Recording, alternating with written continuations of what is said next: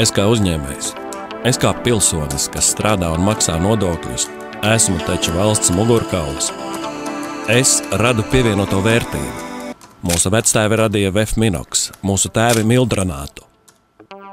Bet mani, kā legālu uzņēmēju, apliek no visām pusēm savukārt kaimiņš, kurš izvairās no saistībām, dzīvo cepuri kuldams. To es nevaru saprast, kāpēc par manam hobijam fotografēšanai vajadzīgo spirtu, lai iegūtu vien pāris litrus, nepieciešams saņemt licenci spirta kā akcijas preces iegādēji. Un spirta izlietošana detalizēti jāuzskaita noteiktā žurnālā, kurš turklāt vēl ir jāreģistrē valsts ieņēmuma dienestā. Kaimiņš, labs atsaucīgs būdams, man to uzdāvināja pēc pāris minūtēm. Latvijā ir plašs koku materiālu potenciāls. Mežu mums ir daudz, bet no koka drīkst celt tikai ģimenes mājas. Tāpat laikā no tiem pašiem Latvijas kokiem Latvijā tiek ražots nepieciešamais, lai Skandināvijā celtu koka daudzstāvu mājas. Kāpēc nevar Latvijā celt? Jo degšot vairāk. Tad jautājums, kāpēc Skandināvijā nedeg un nav bīstami, bet Latvijā degs un ir bīstami? Mans sievas tēvs strādā transporta jomā. Tur arī stāsti gana interesanti. Ir 3 konteineri ar preci, kas ir vienāda, no vienas partijas, no viena ražotāja.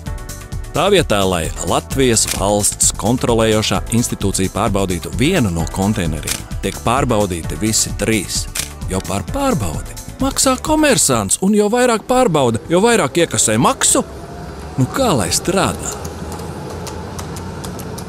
Tajā pat laikā māsa stāsta, ka izglītības sistēmā pat valsts akreditētās iestādēs kontrolē izglītības kvalitātes valsts dienests pa vairākām reizēm jau pārbaudītas lietas.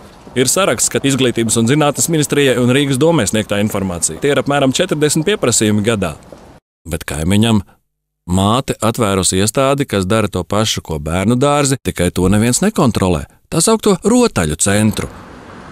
Bet ko līdz uztaisa kā bērnu dārzu, visas kontrolas attiecas uz valsts ugunsdzēsības un glābšanas dienestu un veselības inspekciju.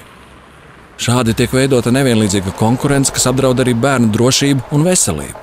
Taču veselības inspekcijas pārbauda, kā ir noformēts spainis vai ir uzrakstīts, cik tas sver, lai varētu apkopēji noteikt, kurš spainis atbilst noteiktajiem svara limitiem. Pārbaudē tiek noteikts, ka slota jānovieto stūrī nākamā gadā, kā aiz aizkariņa. Pārtikas un veterinārais dienests. Ārprātīgi augsts dokumentācijas apjoms, kas jāpārzina. Vajadzētu būt pieejamai saprotamai un klasificētai informācijai, kas uz ko attiecas. Nu, ko lai par to visu domā? Vai tiešām kaimiņam taisnība būtu? Jo mazāk saisties ar valsts iestādēm, jo miegs labāks. Bet ko teikt man senči?